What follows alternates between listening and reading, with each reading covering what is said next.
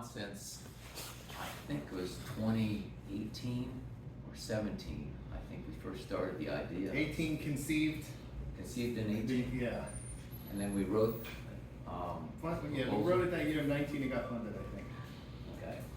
Yeah. So it took us a while, and then eventually we built, as you're going to see, these reefs that are primarily designed to grow oysters on, but also we were using them as breakwaters to reduce the shoreline erosion.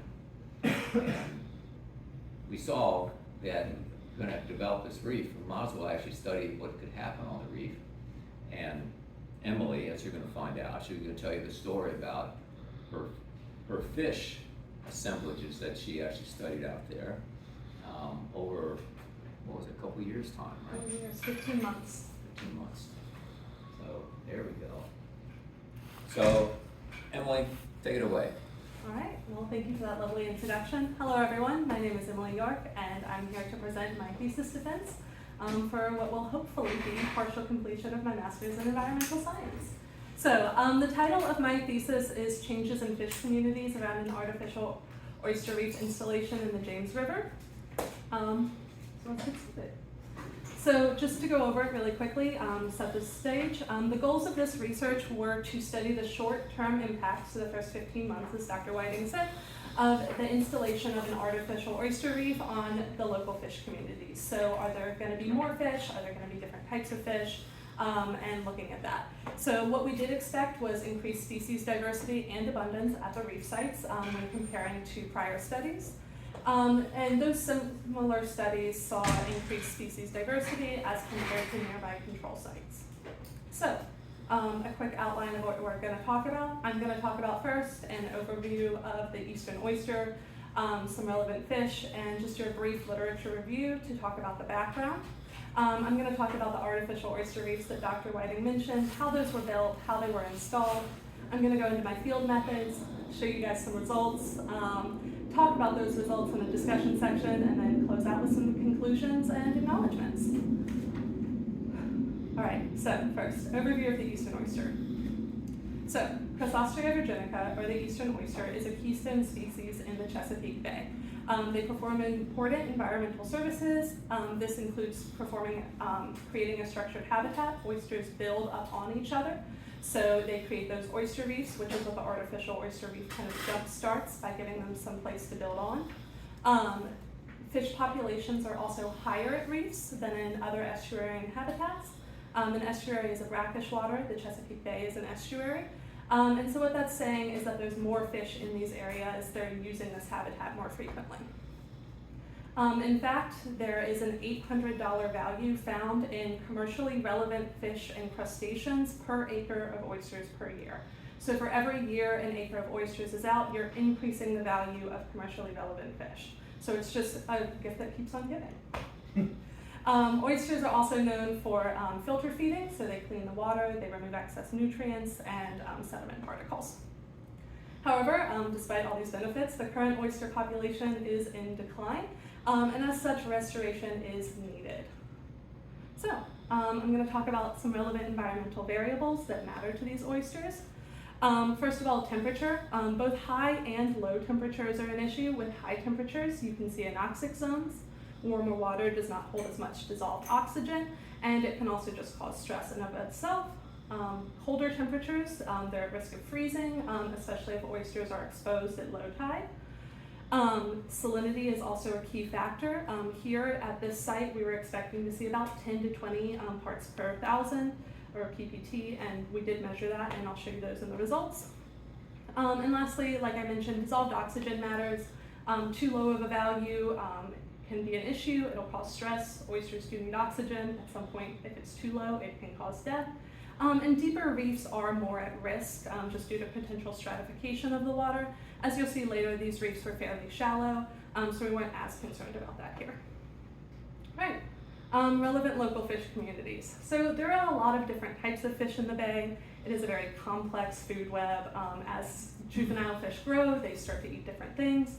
So I kind of focused on 4 functional groups to make this easier to do the statistics for. I've also highlighted a couple key fish that I saw out here, and I'll go into those in a second. So groups, I did piscivores, so this is fish that eat other fish. So this will be like our white perch up here at the top.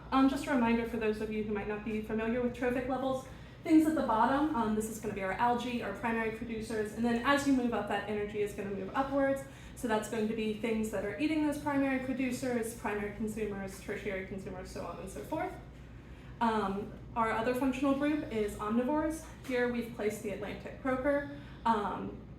That is right here, and it is a fish that eats multiple different things, especially as it's moving from its juvenile stages to its adult stages.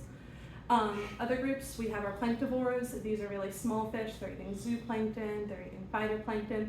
These are going to be our bay anchovies and our Atlantic silversides. And then lastly, we have our bottom feeders or filter feeders or detritivores. These are going to be our gizzard shad, way down here at the bottom. All right. So, onto the artificial reefs and their installation. So Dr. Whiting did kind of talk about these. I'm going to go into why the site was chosen. We placed this over at the Ragged Island Wildlife Management Area. It's just across the James River Bridge from here. As I mentioned, the James River has a history of oysters here. They were first noted here all the way back in the 1600s, first documented. We're sure they were here before. They had a healthy population up until about the 1800s, and then the population started to decline in the 1930s. So that restoration I mentioned is useful here, and we can go back to, or attempting to help bring that healthy oyster population back. This map here shows current public oyster harvest areas highlighted in yellow, and then right here in the red is about where we placed that oyster reef. So we did not artificially seed the oyster reef with oyster larvae or spat because there were oyster populations known to be in the James. So other than the oyster population in the James, we chose this site for its high erosion rates. As Dr. Whiting mentioned, the oyster reefs can help prevent erosion due to a decrease in, like, it'll block the wave action. So here, you're looking at a map over just 16 years. So if you'll see that pink line, that was in 2002. And then this actual shoreline you can see is in 2018. So in just those 16 years, some areas lost up to 200 feet of shoreline, and other areas lost 70, 100 feet. I mean, this is fairly quick loss. So what a better place to put in an oyster reef? Here, on the right, you can see where we did put in that oyster reef. Maps in with that 200-foot loss. So we're putting it in where it's losing the most shoreline to hopefully get the best benefit. And then here, right next to it, we have our control site, which is over here. Just for reference, north is up and the James River Bridge is in the bottom right to orient yourself. Right, so as I mentioned, these reefs are not in a deep area. We wanted them shallow enough that the waves wouldn't be going over them and hitting the shoreline anyways, but we also wanted them deep enough that they wouldn't be exposed consistently. The area that they're put, as you can see, is very flat. These are a picture of our actual oyster reefs at low tide. I didn't go out at low tide very frequently. As you can expect, there's not a lot of fish right around the reefs this time of day. But what this picture does show, and I'll show with some just simple images, is notice the diamond alternating pattern of the reefs, so they're kind of sidestep. And you can also see here our very high-tech site marking devices. Dr. Whiting and I went out and put in PVC marks. This marks reef site 2, so it goes from this pole to another pole not shown over here. And then here in the background you can see reef site 3's poles. All right, actually building the reefs. So we started with metal molds that we filled with we started with metal molds. These are about 1 foot high. They're about 2 feet by 3 feet in diameter at the base. We filled these with donor oyster shells. We then filled it with concrete. Here you can see the concrete is curing. It had to be covered with a tarp to prevent any rain or precipitation. And then we left them out until all the other reefs were made. We made in total 389 reefs. So you can see here some of our first reefs we made sitting and waiting for the others to join them. Pyramid reefs are made because they're easy to construct. They are useful in slowing shoreline erosion. They're stable with that large base. And they are able to be used in shallower water. Here at the bottom right, you can see the example weights and sizes of reefs used by the biogenic breakwater reef for restoration.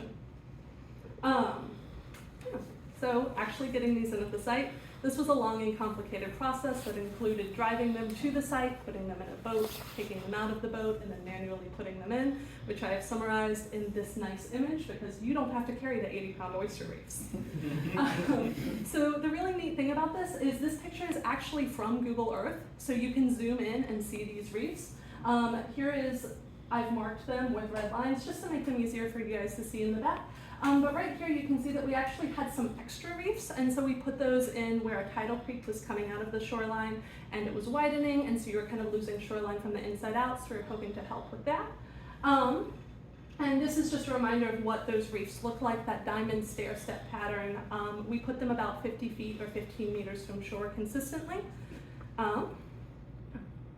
So, an introduction to what an artificial oyster reef is. I've told you what they are, how we made them, and where we put them, but what is it and what's it gonna do?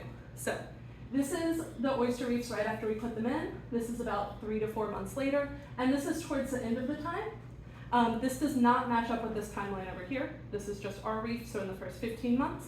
However, artificial oyster reefs have been seen to enhance fish communities just 12 months after installation. So that's, you're seeing more fish, you're seeing more types of fish.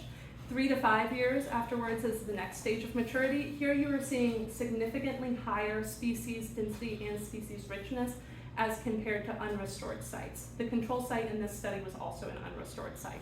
And then after 6 years, you can't tell the difference, so it's similar. There's not a statistically significant difference in the species richness and diversity as compared to natural oyster reefs. So in just 6 years, you've created something that was once artificial, it was these plain molds, and now it's helping the habitat just like anything out there naturally. And I've just marked, I'm gonna talk about my reef sites and my control sites. I have 3 of each. I've marked those on these maps. All the reef sites are up here and all the control sites are down here. There will not be a quiz on this later. So, field methods. This is gonna talk about what I actually went out and did over the course of this study. There are several students who studied this artificial oyster reef and a ton of volunteers who helped install it. So I can't take credit for that, but I can take credit for what I went out and did. So what I did was designed a study where, just a reminder, I'm tracking the changes in the local fish communities over that first 15 months. After we deployed the reef, I was aiming for about monthly sampling, and I'll kind of talk about how often I did sample and show you a timeline of those. When I did go out, I used a 15-meter long seine net with 1 1/4 centimeter mesh, or 50 feet with 1/2 inch mesh. This is me out there with that seine net. There's me, and there's some of my lovely volunteers. You may recognize them.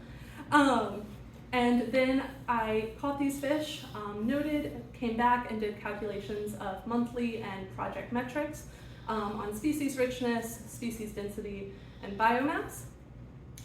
This image up here in the top right, I'm going to talk about a little more on the next slide. But like I mentioned, there's not going to be a lot of fish if the reefs aren't underwater. So when going out, one of the things I used to kind of eliminate excess variables was I tried to always go out during a spring tide. This is when the moon is new or full, and the tides tend to be higher around that time, as opposed to a neap tide, which is when the moon is waxing and waning. So you can see that here. Here's a spring tide with those larger bulges, and here's a neap tide with those smaller bulges. So, sample dates. Things that I considered when choosing the sample dates: the tide height. I tried to find a tide that was at least plus 2 feet as compared to average. I tried to find clear weather. A little bit of rain won't stop us, but thunder and lightning is unsafe. The moon phase, as I mentioned. The temperature, I'll talk about some dates that I skipped and why.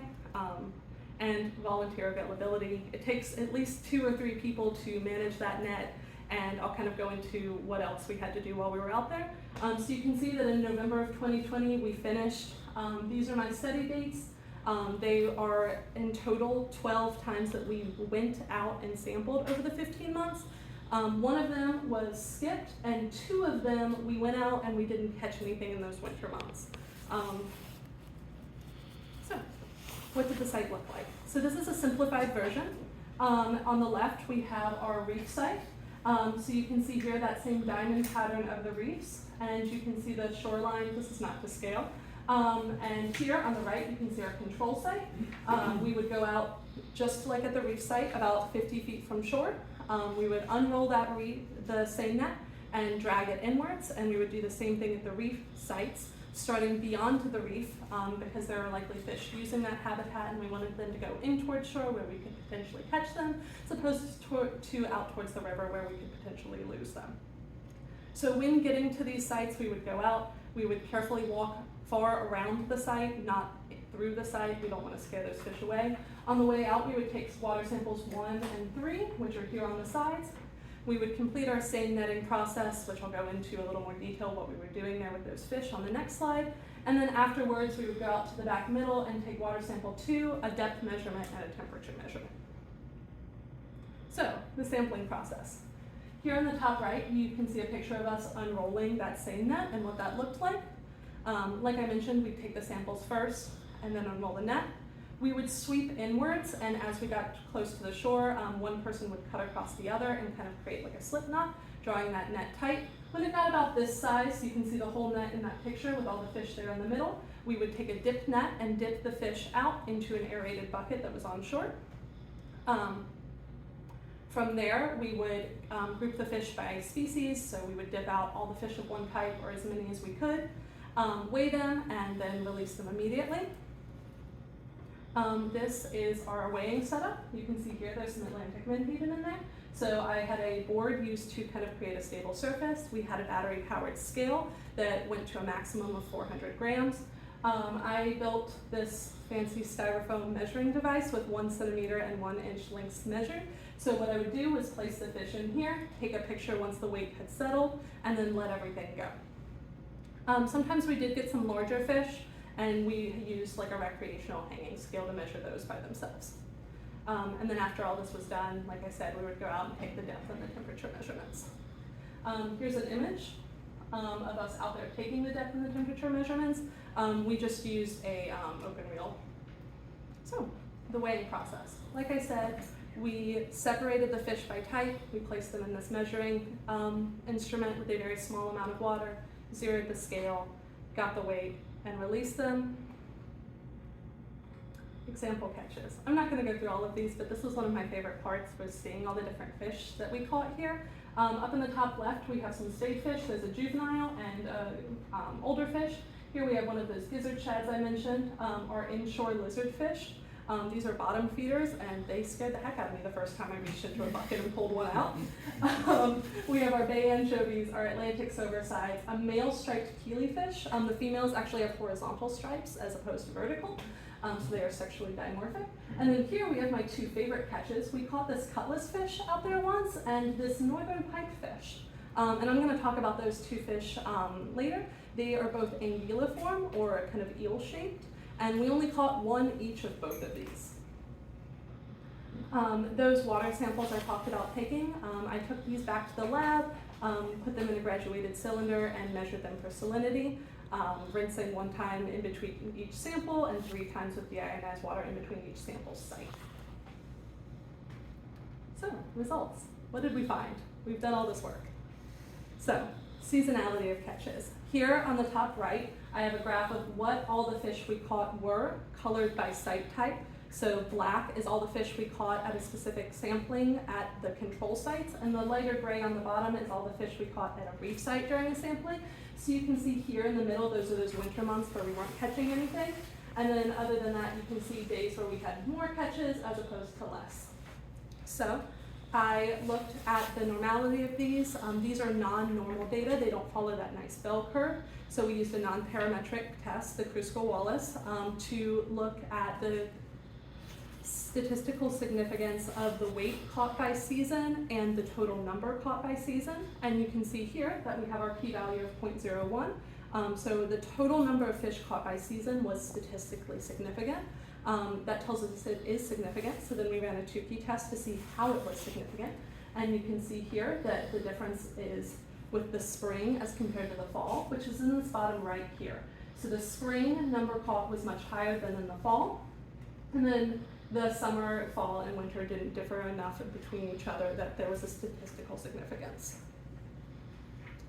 An overview of the catches. So here on the right, I'm not going to read this out, but this talks about all the fish we caught, 13 different species.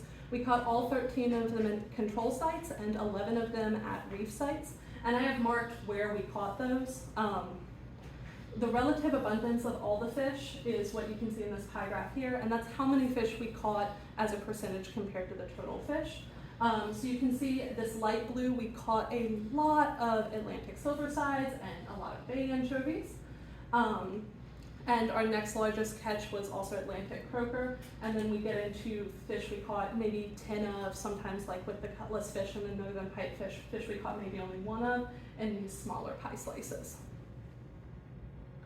Here is that data, but shown in a bar graph, and this shows you the total number of fish caught by type of fish. The total number of fish really emphasizes those small fish. So the bay anchovy, the Atlantic silverside, these small planktivores are found in large shoals. If we caught 1 of them, we were catching 100, 200, or more. I also have it broken down by total weight. This catch highlights larger fish. So for example, here at the top we have a white perch. I really only caught 4 or 5 of these, but you can see that the height of them is a significant portion of these smaller fish that we caught much more of by number. Here are those graphs broken down by site type into 2 different sections. So you can see that we caught a lot of bay anchovies, especially at the control site, and then we caught a lot of Atlantic silversides at both sites. We caught a lot of Atlantic silversides at the reef site, but not as many at the control site. Here we have it by weight caught. So these are similar to those graphs, but just showing you a different view. And you can see here that we caught, once again, a lot of Atlantic silversides at the reef site, which is what this graph is showing you, just with a different unit. So, species diversity by site. This was the main metric that I really looked at. I did a Shannon Diversity Index, or H prime, which looks at the diversity using that relative abundance and evenness.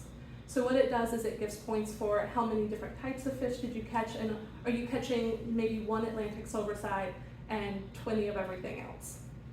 So you can see here that the relative abundance at the reef site, the bay anchovies and the Atlantic silversides are more even as compared to here at the control site where we really only caught bay anchovies. So what this came out to show was that the reef sites had a higher diversity measurement of 1.3 as compared to the control sites, which only had 0.96. Therefore, the reefs were more diverse. Community groups. So as I mentioned, I broke these into 4 functional groups: bottom feeder, piscivores, planktivores, and omnivores. I caught most of these at all the sites. The 2 I didn't catch a piscivore at one of the reef sites, and I didn't catch an omnivore at one of the control sites. But in general, it was a fairly even spread. I caught more fish by numbers, significantly more, in the planktivore group than any other group. You can see that here in this bottom graph. And what this is telling us is, like I mentioned, when we catch 1 of those bay anchovies or silversides, we're catching hundreds of them. They're in large shoaling groups. And then here on the right, you can see the fish we caught broken down by both site and by what group we were catching. So you can see at site C3 and site R1, which is interesting because these are at the very ends. So R1 is the northmost and C3 is the southmost. We are catching a large number of planktivores. Environmental variables. So I did consider salinity, cloud cover, and a few other things to see how that was affecting our catches. Here we noticed that I caught significantly more fish by weight on cloudy days as opposed to non-cloudy days. I broke this into a binary metric where if it was partially cloudy or more, it was considered cloudy, and if it was less than partially cloudy, it was considered sunny. So about 50% cloud cover or less. So here we can see, once again, that we caught more fish on cloudy days than on sunny days. Anecdotally, if you're a fisherman, you might think you have better luck on cloudy days. So that was interesting to see.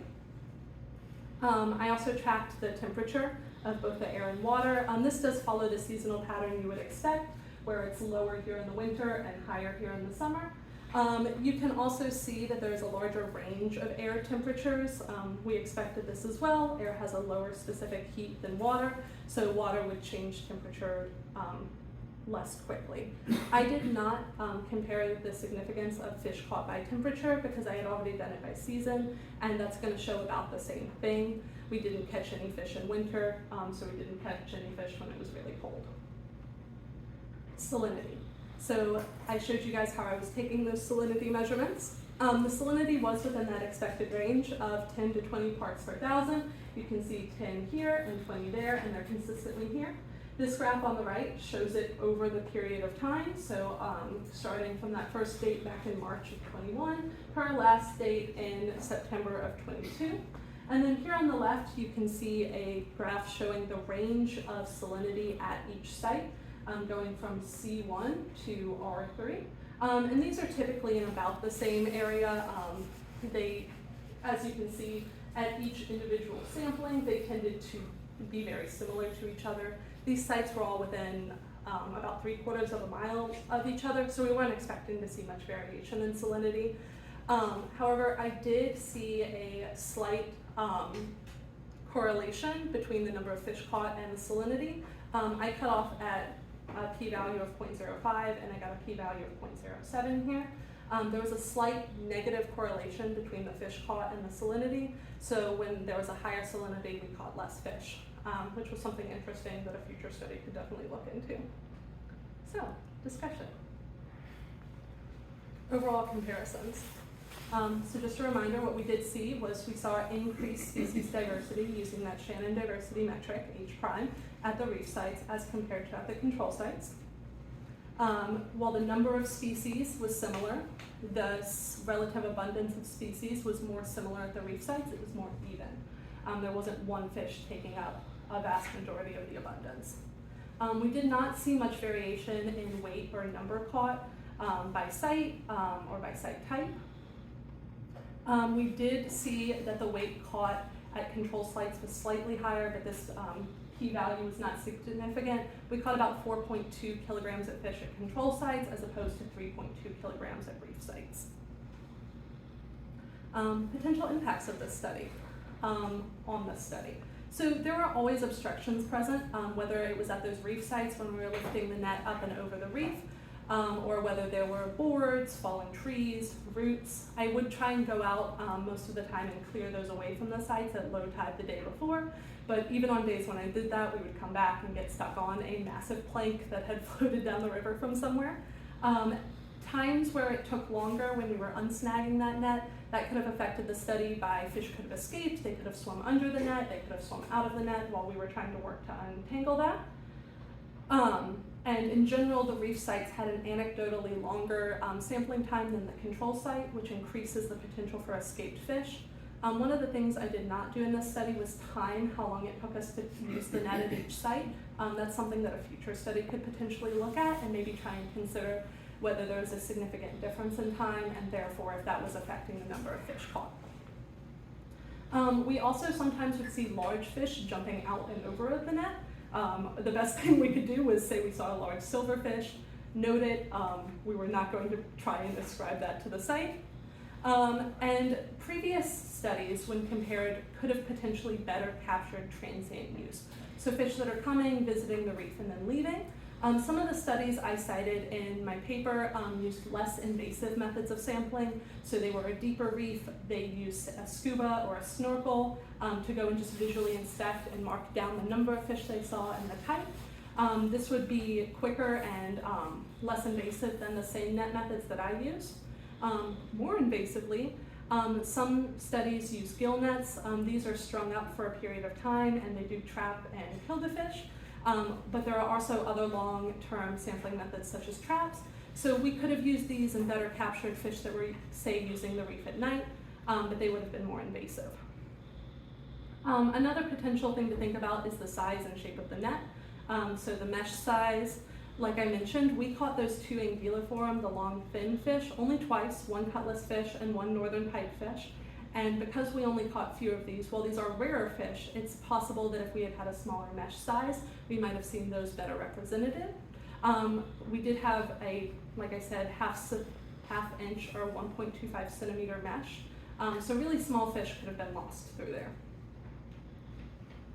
Okay, we're wrapping up. Conclusion and acknowledgements. So to conclude, we did see that our expected results of increased species diversity at the reef were seen. We did not see a difference in biomass or population caught by site type. As I mentioned while talking in the discussion, there are some potential changes that a future study could do. They could use a smaller mesh or different size net.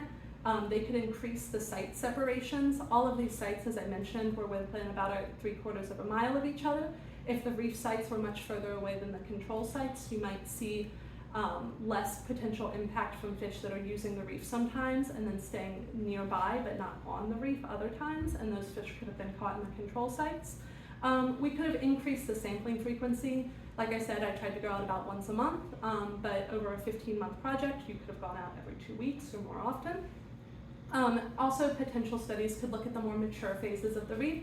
If you'll remember, the artificial reefs started to see increased species diversity as compared to unrestored sites after 3 to 5 years, and they were similar to natural sites after 6 years. So a future study could look at that stage of maturity and see if that's what we're seeing at our reef. There are also potential for studies of other macrofauna. While doing this study, we occasionally caught juvenile blue crabs, I think we caught some mud crabs, and we caught some shrimp in the net. These were noted but not counted, so a future study could see how other types of macrofauna are using these habitat structures. And acknowledgements. Dr. Gary Whiting and the rest of my thesis committee, Dr. Burke and Dr. Kohler, the entire CNU Masters Department, and all of my lovely volunteers who you can see in these pictures here who followed me out into the James River when it was nearly freezing out. Thank you.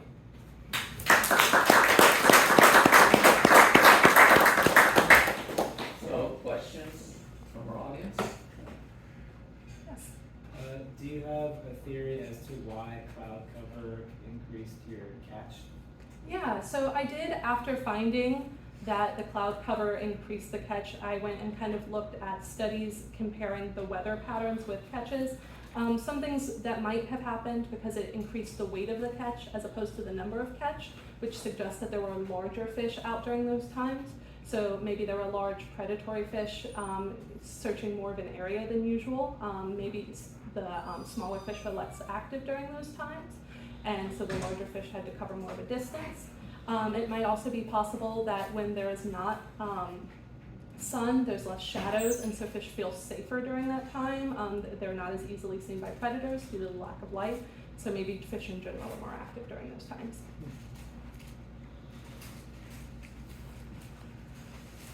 What do you like most about the reefs? I really liked seeing them grow and develop. Like I showed you when we first went out there, and they were really, I want to say blank slates, I think is a good word for them.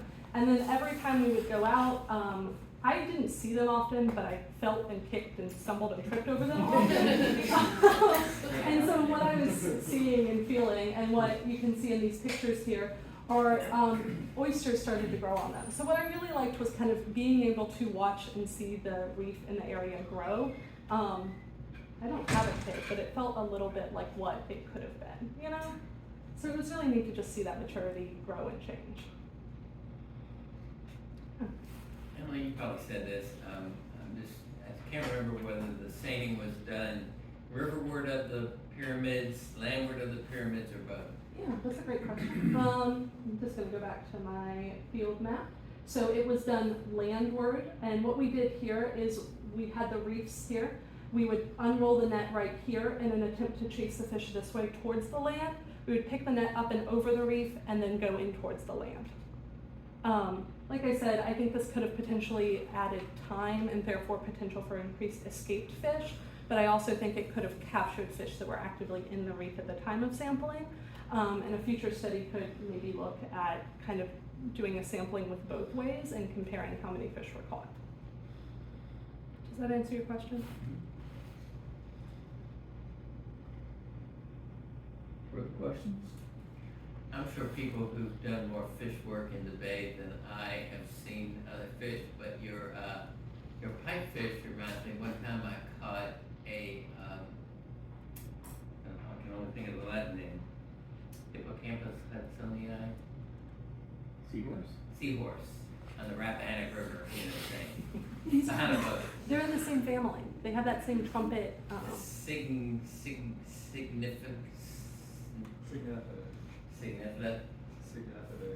I have the You must word love that somewhere shape here. on your collar, that's. The long and long. Yes. I was actually really surprised we caught that one when I pulled him out. He is much smaller than the mesh size. So I'm not sure if he just got kind of like turned around in parallel or if he got confused. Either way, I'm happy I got to see him, but I was surprised. So I was mucking around in the drying oven when you answered, I think Casey's question, I'm not sure, but,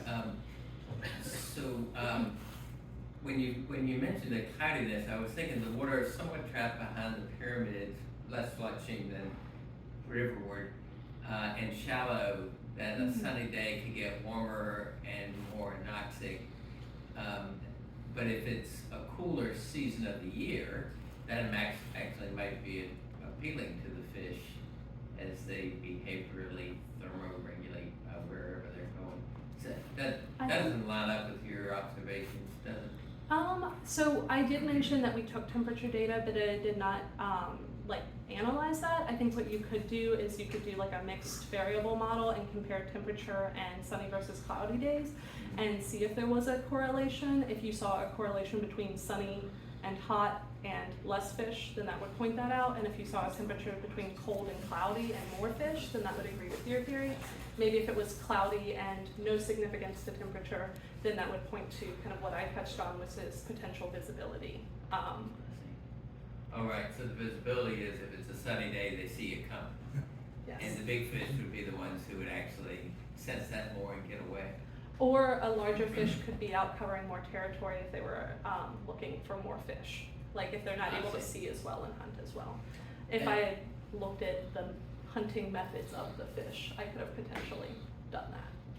I have one more question. So you mentioned some alternative means of censusing the fish. And I know some people have done electroshocking.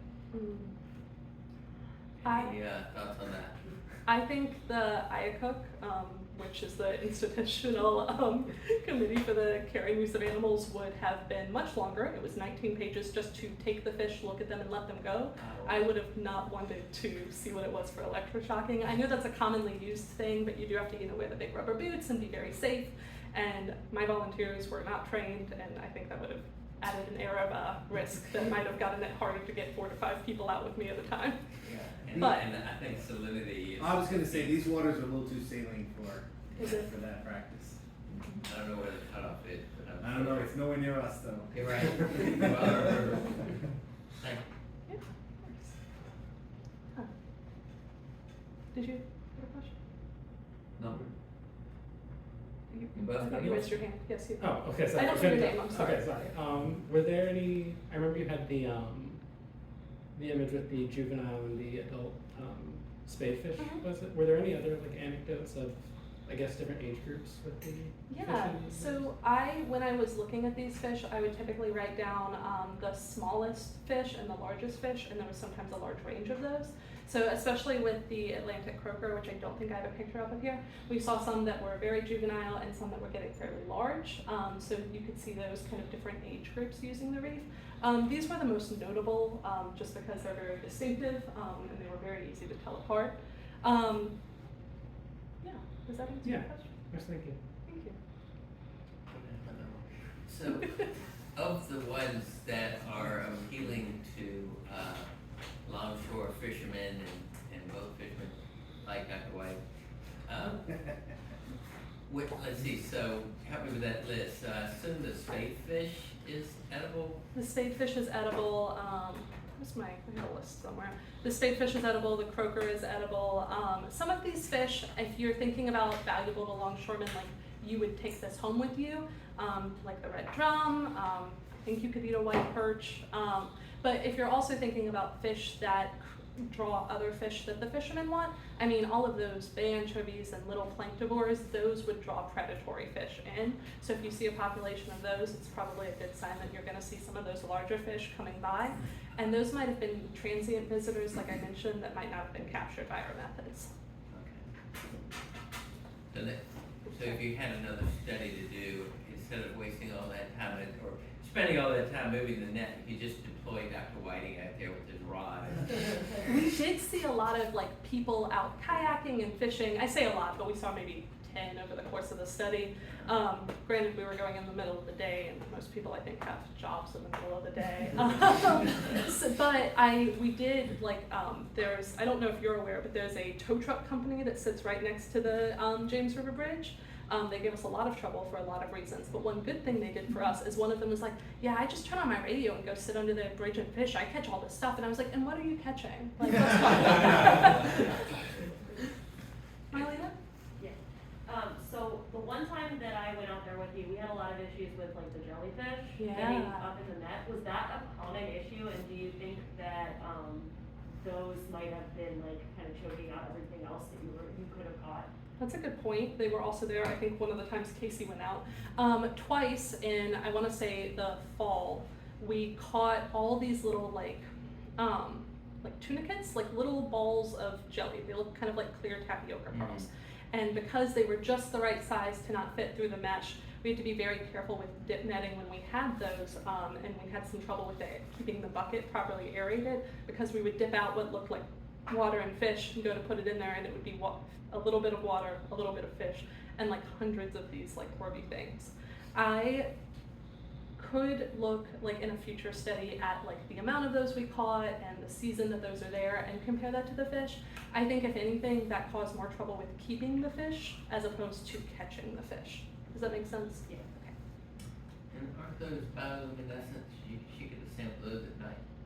Oh, yeah. Like If the, you didn't like tripping over the reefs in the daytime. I don't think I would want to see the tow truck's response if we showed up at the It's about a site third of a height. mile hike, maybe close Yeah. to a half, and winding your way along that shoreline with In the water.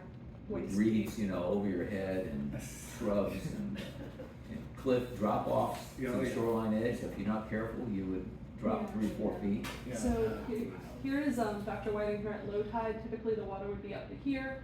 You can kind of see here we are at where the tow truck sat, where we kind of parked, and then we had to walk all the way back to like way back where those trees are. So definitely a time. We had to get special permission from like the Isle of Wight sheriff to be allowed to park there, because the tow truck drivers called the cops on us several times. So that was very fun. You're very threatening. I'm incredibly threatening. I even brought my letter here as proof. Yeah. I was like, I'm allowed to be I here. have mine too. Do you really? Something very threatening about it. He was saying that's in buckets. I mean, I could see maybe if we were like fishing or electroshocking, that would have got him. So first thing, good news is that trucking company doesn't own that property anymore. It's actually Oyster Farm, and I was hanging out with the guys. Well, Dr. Whiting and I met them because we went out a couple weeks ago. But then I was hanging out with the two guys that run it this past weekend. So we are allowed to go there. Maybe we'll just go out for a quick trip. Park and shake their hands, and they won't ask any questions. They're doing their thing. So that's great. But my question is, so while we were out, we saw that there was visually a transition in biodiversity on the reefs themselves. So when the reefs were first put in the water, I think we mainly saw a lot of mussel growth, a lot of barnacles. But now we're seeing those wild oysters growing into mature adult oysters that are going to be eventually contributing to the growth of this reef. Do you see an increase in the biodiversity around those reefs with the fish population and maybe even other marsh populations as these reefs grow? Yeah, so I would point to those artificial reef previous studies where right at that 3 to 5 year mark, which is about where we are, you really start to see a significant consistent difference from unrestored sites. So I think, yeah, that lines right up with what they're saying, what you're saying with the oysters growing there. So I think that's really great. Yeah, that was a good question. I was wondering, now that oyster farm is active there, if you think that might be a factor that needs to be accounted for, or at least identified going forward, because it's tough with before or after when there's never going to be another before. If they're going to stay there and be there, their activities may continue to draw more fish in, and they are closer to your control areas. So you know, not trying to cast Yeah. shade over it, but maybe more fish will show up if I do. Yeah, I want to say we finished before they were really out there and settled. And just a concept for those who aren't out there, the oyster farms that I'm understanding, they sit here, and then we have the control area, and then we have our research area. So the control area is actually bookended by those two sections of oyster reefs. I think that would go to what I said about a potential future study, finding a more like geographically distant control site. It wouldn't be the same as the first control site, but it would help avoid those. I want to say that just extrapolating, our reefs are more mature than their reefs, even though I'm sure they're growing those oysters faster in better conditions because they're like hanging cages, right? Yeah, So they won't deal with as much competition from like mussels and barnacles and things. So that might contribute to like the fish around our reef, but I think you would definitely have to move the control site. Is that? Yeah, well, and again, you focused on being there when the water was up, which you needed to Yeah. do, but we've been there before when it was pretty far down, and right where you have that tower, right, where Dominion is located, what is all around that tower? Rocks. And Yeah, like it's a whole lot of rock rocks, and what's on those rocks? I'm assuming mussels and barnacles and oysters. Yes, a whole lot. It's a mature reef. It's been there longer, and so that too can be influencing some of this. So, you know, I never get too caught up in p-values when it comes to studies like this because I think you can get depressed unnecessarily. And even if you do get a significant p-value, it might not be saying what you think it's saying. It's some other factor at play. But I think recognizing those existing populations is important for the long-term study of this site. I mean, when Dr. Whiting suggested we do this work over there, I'm like, this is awesome. We're gonna be so close to seeing you. We can be doing this for years and years, and we'll be documenting it across all these different cohorts of students and witnessing the changes that you're seeing. Now, honestly, the biggest changes are happening between when you put them out and around now. But they do go through cycles, and that will be interesting to see. We were out there with the Marine Ecology Lab in the spring, and I don't know if you remember, last December we had like 2 days that were really cold. I mean, really cold, and the tide was low, and that's a bad combination for mussels and oysters and barnacles that live higher in the intertidal zone. So we went out there and we just saw massive death. And in fact, you could kind of smell it because it hadn't been that long since they had succumbed to the cold. Now that doesn't mean, oh, I guess there's no reason to ever settle here again. No, because then when it gets cleared out, the next larvae come and be like, wow, this is a great place. I can't believe nobody's here. And then they land right there, you know, and then year after year, is it going to be a good year or a bad year, or will it hit just perfect, right? Too cold and too low, and sometimes the tide's out for days, like it never comes back in, and you do that combined with extreme heat or extreme cold.